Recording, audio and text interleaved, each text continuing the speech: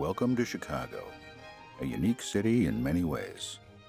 It's young and brash, full of energy and ideas, but old enough to have played a significant role in many of the major dramas in American history. Chicago is a globally influential city and has been home to some of mankind's leading contributors in architecture, law, economics, science, athletic and artistic pursuits. From the melting pot of its streets have come the famous and the infamous, and millions of archetypical Americans. The melting pot of ideas and economic freedom have both been part of the formula for success. The early immigrants came from places where class bias generally prevented those not born to privilege from reaching their highest potential. The free-for-all arena of Chicago held far less class bias. The best ideas could compete and perhaps prevail, no matter who they came from. Good ideas often did prevail, eventually, and competition sped up the process. Ideas from all over the world could compete, and the mix made for great things. The city's geographic location was, and still is, also perfect for industry, and surrounded by fertile farmlands. Chicago has risen, first from empty marshland, and then from its own ashes.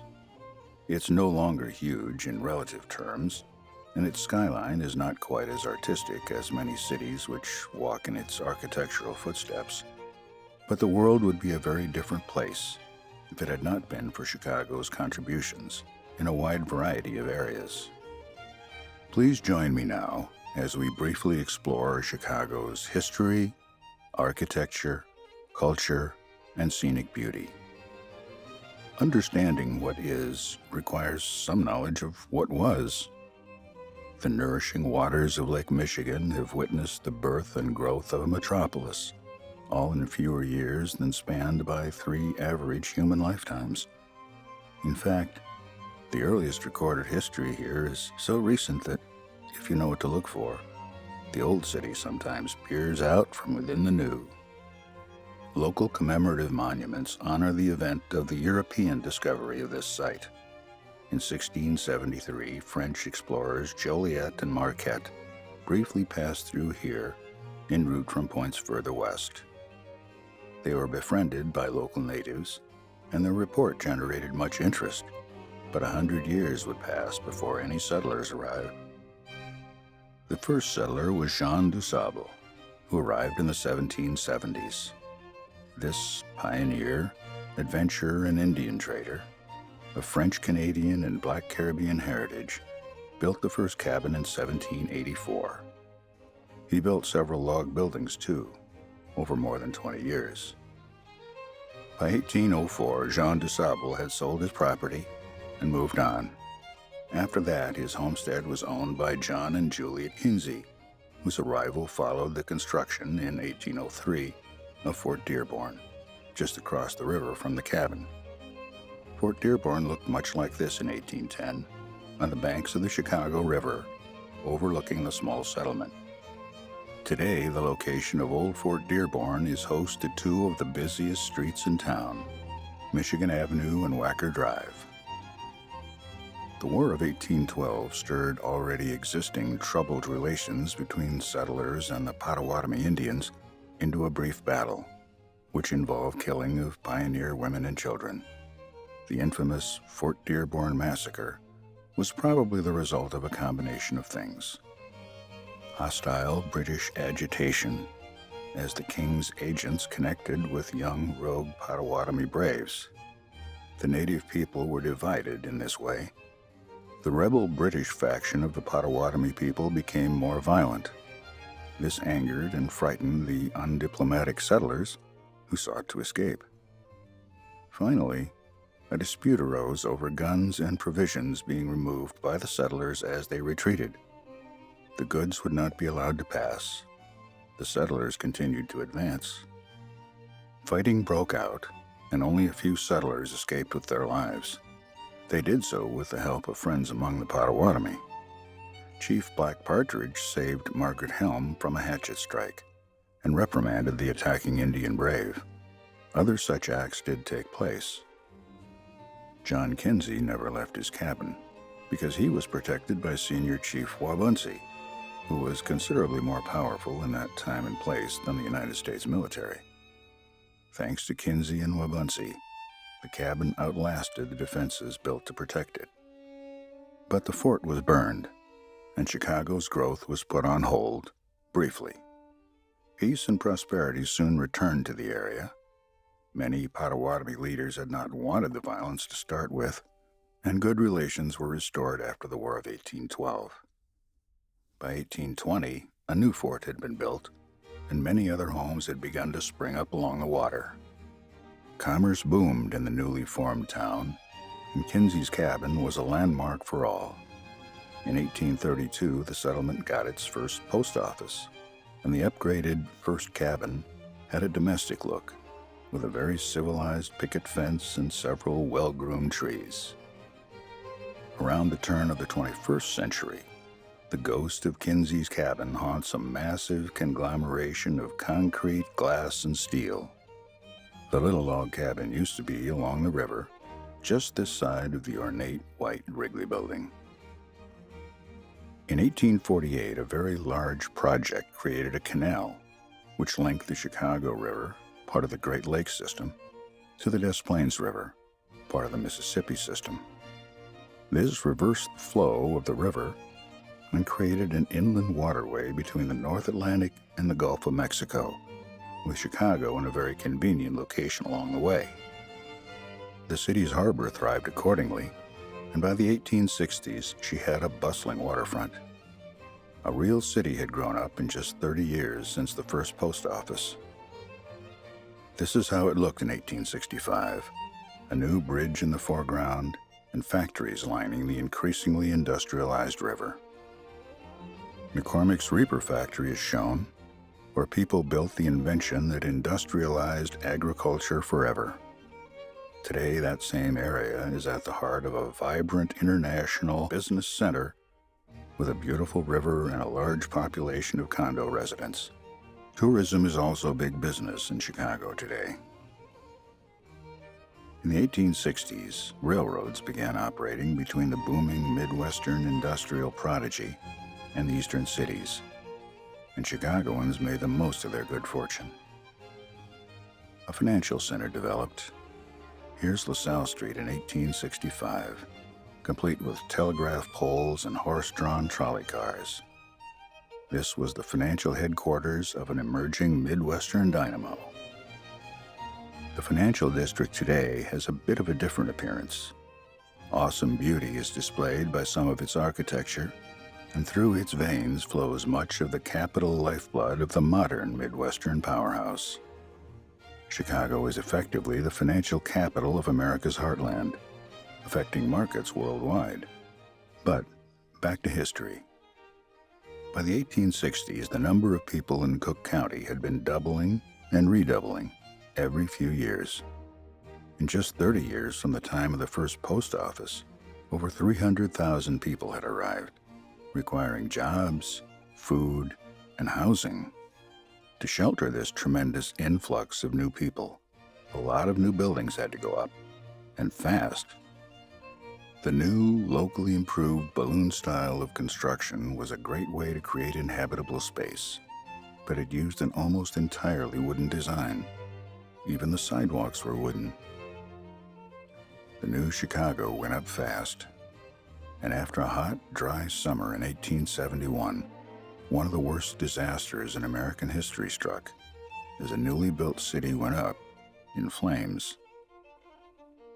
The Great Fire started on October 8, 1871. The O'Leary family's cow was blamed initially, and although the reporter who introduced that story soon discovered and reported it was false, Mrs. O'Leary's cow still became an icon of guilt for generations of Americans. The real cause of the fire was never determined, but flames devoured the city for some 30 hours. Waves of fire hundreds of feet high swept over the doomed as over 300 people became its unfortunate victims. Over 100,000 were homeless. 17,500 structures were gone. The entire business district and north side were burned to the ground.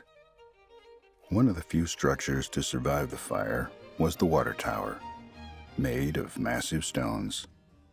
Here's the water tower today.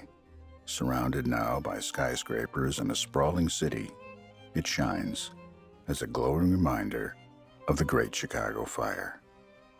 From the 94th floor of the Hancock Building, just across the street from the water tower, the city which grew from the ashes of 1871 spreads out before us. Several of the tallest buildings on Earth are in Chicago's skyline. Statistics and facts abound to illustrate how far this city has come in a very short time, and it continues to make its mark on the world in many ways. While not exactly an unadulterated paragon of virtue, Chicago is a place of beauty, power, inspiration, and influence. Even from the top of a skyscraper, it stretches almost as far as the eye can see. Building the city of today from the smoldering ruins of 1871 has been a job for people of energy, resource, and drive. The people of Chicago, joined by more new citizens, were up to the task. The city quickly rebuilt itself, better than ever. These hardy individuals worked the city's industries, like the Chicago stockyards, the yards which fueled so much of the post-fire recovery, the yards which earned Chicago Carl Sandburg's metaphor of mixed emotions, hog butcher to the world, the yards which also belong to the past. What remains of the original 75 acres is just the old gate, monument to a time gone by. It was the end of an era with a bad smell, but that time was a necessary part of the Chicago story. Rapid, unsupervised industrialization and the nature of the meat industry created enough of a stink to get Upton Sinclair writing, and soon Congress got moving. Inspectors were on the job by 1906. The unpleasant nature of the slaughterhouse industry inspired much-needed reforms to help promote food safety and the safety of food workers. Hard-driven people fighting for reforms in Chicago have been influential in other areas too. We'll touch on some of those later. The 1893 Columbian Exposition was a milestone in Chicago's development, and that of the entire world, as Nikola Tesla's newly developed alternating current electricity was used for the first time to light and power a large area. This marked the introduction of a practical way to distribute electricity, and the human race benefited immeasurably. It was also the year when modern Vikings first sailed a replica Viking ship across the open Atlantic. It was a controversial addition to the Columbian Exposition. That ship is still in the Chicago area, largely restored after decades of work. The Field Museum of Natural History was established in 1893 and has played a big role in advancing human understanding in a range of areas, from archaeology and anthropology to history and zoology. It was started with many of the artifacts from the Columbian Exposition and funding from Merchant Marshall Field. It is today a premier museum by any standards, with around 2 million visitors per year. The Field Museum has some of the best exhibit material anywhere, but, more importantly, it has contributed to the improvement of museums everywhere.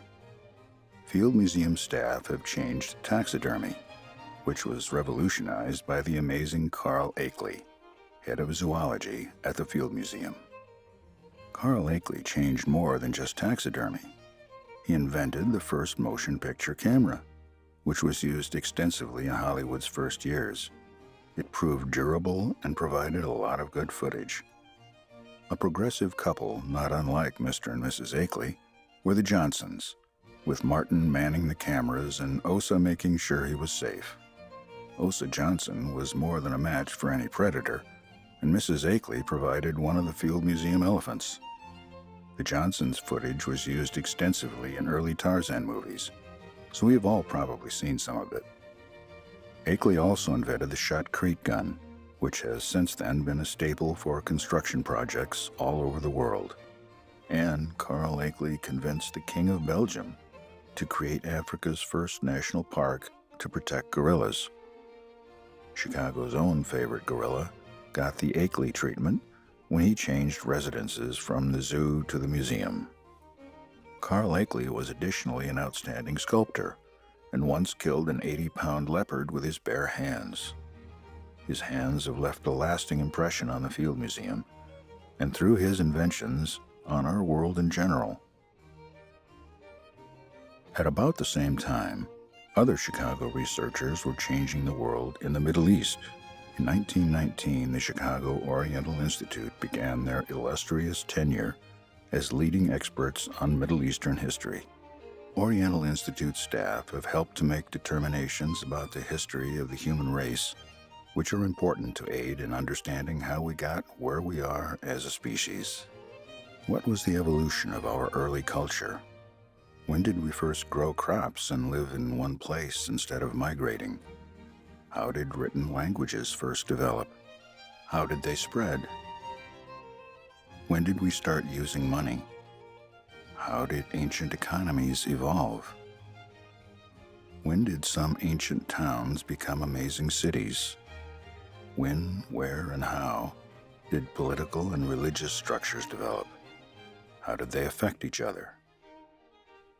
Today, the Institute is still very influential in its field, with an international team of experts traveling to exotic places and digging up new knowledge from old ground. Chicago-based scientists and educators at that time were also interested in very extraterrestrial objects. Adler Planetarium was the first such educational tool in the Americas and has been hosting millions of visitors since its debut in 1930. It is more popular today than ever. The design of the theater was perfect on completion, and today the dome features the latest in astronomical breakthroughs. In the late 19th century, Chicago continued to serve as the primary supplier of all sorts of goods for the westward migration and settlement of the central part of the United States. A new retail paradigm, begun by A. Montgomery Ward and quickly emulated by Sears and Roebuck, both in Chicago, provided the entire nation with mail-order goods of all sorts. The new combination of assets fueled great prosperity. There were new transport options, new inventions of all sorts, new factories, workers, and pastures. Such new economics made the creation and distribution of new ideas and goods into a Chicago specialty for 100 years. It still is something Chicago can do well. As was the case in the Civil War, Chicago was a major supply and training center for World War I. Navy Pier was built in 1916 and was used extensively to support the war efforts in both World Wars. The Great Lakes area remains very important to national defense. The boom times after the First World War were celebrated in the Windy City with enthusiasm second to none, as Chicago in the Roaring '20s featured some of the finest musicians of the era. Jazz, blues, and gospel music moved into the mainstream in Chicago. Louis Armstrong, King Oliver, and Jelly Roll Morton were joined by Benny Goodman and many more in the Chicago blues and jazz world of the 1920s. These art forms have influenced other music, contributing in particular to rock and roll, which was soon appreciated all over the world. The combination of cultural traditions and new technology provided a new genre of music, in which a sizable group of Chicago musicians made their contributions. Chicago remains a good place for jazz and rhythm and blues. Prohibition days were epitomized by Chicago speakeasies and Chicago gangsters, like Al Capone. Big Al made many millions over a relatively few years.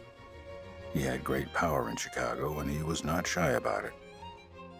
Capone ordered a lot of people killed. Nevertheless, he was supported by many who benefited from his payments, and his mob boss competitors were no better than he was. The Chicago underworld supplied headlines nationally and internationally for years. Chicago's Mayor Bill Thompson was probably on Capone's payroll, as well as many other state and city legislators and the police. However, accountants for the feds put Big Al in the big house for tax evasion. San Quentin was not good for Big Al, but the streets of Chicago were not safe for other gangsters either, as Capone's removal did not stop the turf wars. A fair number of mafioso died from gunfire, usually with other gangsters, but also with the police. The press frequently featured pictures of deceased mobsters. Unfortunately, Prohibition and law enforcement agents also killed enough innocent people to outrage the public. The law enforcement agents were usually not prosecuted. Of course, most of the raids were against actual bootleggers, and some were dangerous criminals. The law, in several forms, were serious about stopping alcohol. They universally failed. They would have spent their time better chasing bank robbers, who were plentiful in the 1920s and 30s. Public enemy number one, the relatively nonviolent bank robber John Dillinger, was slain in Chicago. He was gunned down by the FBI as he emerged from the Biograph Theater, which, despite gentrification, has mostly kept its appearance since then. Dillinger had escaped the law too many times. World War II again saw Chicago as a city of great significance. In 1942, the first nuclear chain reaction took place at the University of Chicago, hastening the end of World War II and marking the dawn of mankind's use of atomic power. Fermilab, once a premier and still a leading nuclear research facility, today continues to make breakthroughs into the secrets of the universe. Argonne National Laboratory is another Chicago research facility which has changed the world, providing it with nuclear-powered generators. Argonne Labs invented both initially prevailing designs for nuclear power plants, and they're working on improved designs today. Argonne also probes many related sciences, providing an excellent full-featured facility for scientific advancement. Frank Knight started the Chicago School of Economics, a close affiliate of the Austrian School, both of which promote free markets instead of central planning as the guiding force in commerce and industry. The Chicago School has notably been instrumental in inspiring South American free market economies.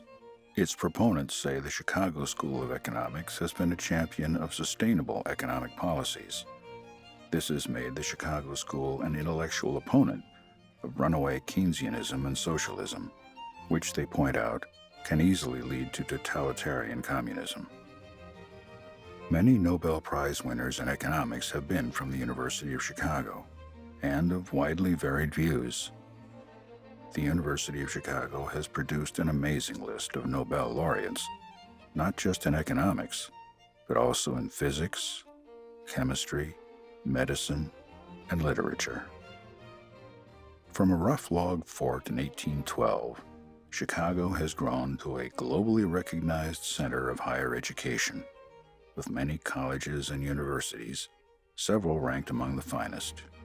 The full list of schools and distinguished alumni is far too long to be covered in detail here, but it should be mentioned that Northwestern University, whose Chicago campus is not far from the historic location of that old fort, is particularly known for its accomplished alumni in the artistic, entertainment, business, political, and legal fields.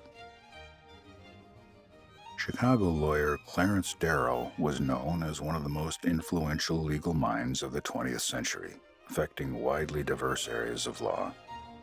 His contributions in criminal, labor, and constitutional cases have helped to shape our legal system today.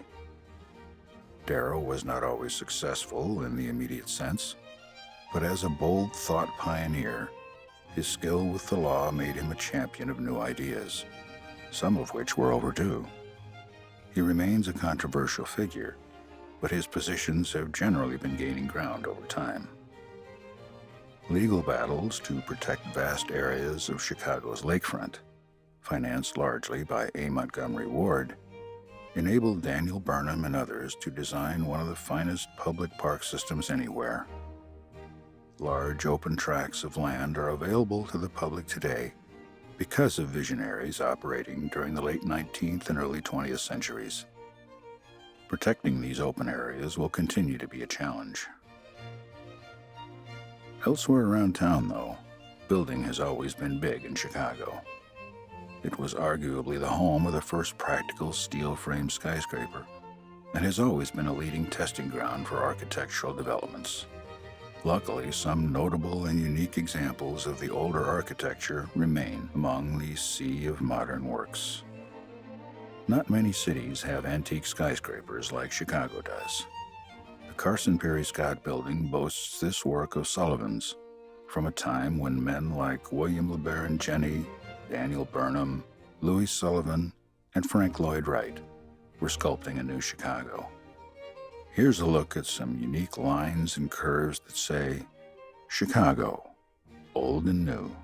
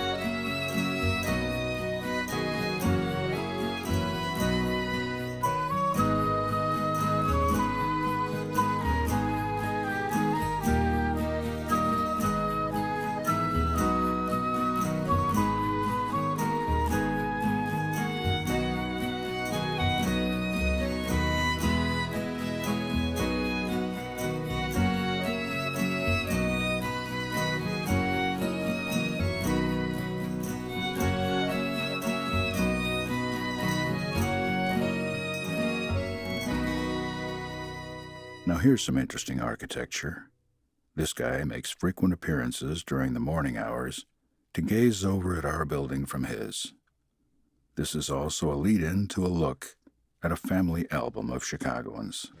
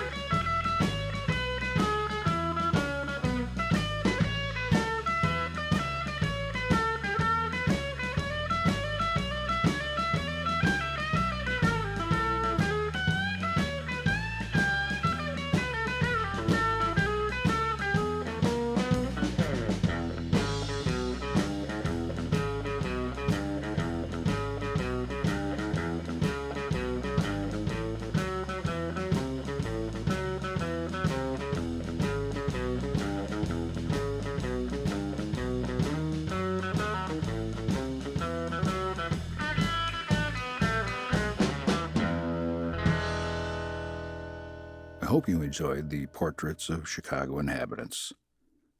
We'll close this show with a kaleidoscopic journey through portraits of Chicago.